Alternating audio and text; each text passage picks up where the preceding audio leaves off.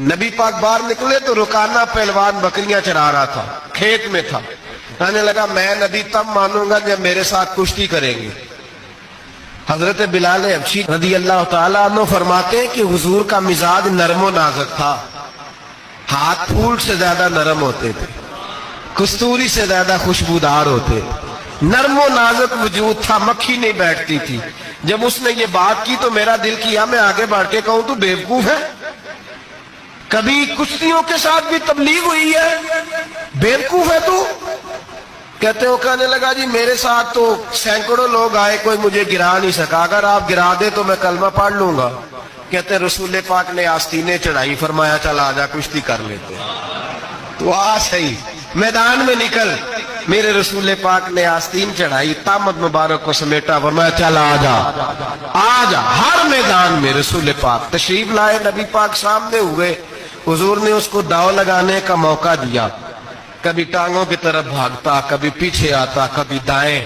جب بھاگ کے حضرت بلال کہتے وہ بھاگ رہا تھا، حضور مسکرا رہے تھے.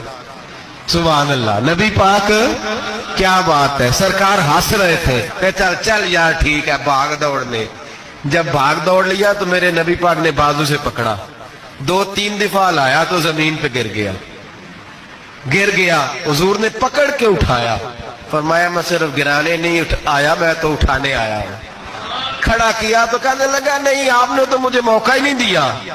تو حضور نے فرمایا دیر کوئی نہیں ہوئی تو دوبارہ آ جا، کوئی عرض نہیں، آ جا دوبارہ سے. دوبارہ آیا تو میرے حبیب نے 2 دفعہ ہلایا تو پھر جا گرا. کہنے لگا نہیں ابھی بھی میں سنبھل نہیں سکا تھا. فرمایا کوئی عرض نہیں، یہ کوئی ایسا معاملہ ہے تو دوبارہ آ جا. اب کہ جب آیا نا تو حضرت بلال کہتے ہیں وہ دستے مبارک جن کو میں تھامتا تھا تو لگتا تھا پھول تھام لیے ہیں، ان ہاتھوں سے حضور نے اٹھا کے فضا میں بلند کیا اور حضور نے دھڑام سے زمین پہ گرایا تو کلمہ پڑھتا ہوا کھڑا ہوا.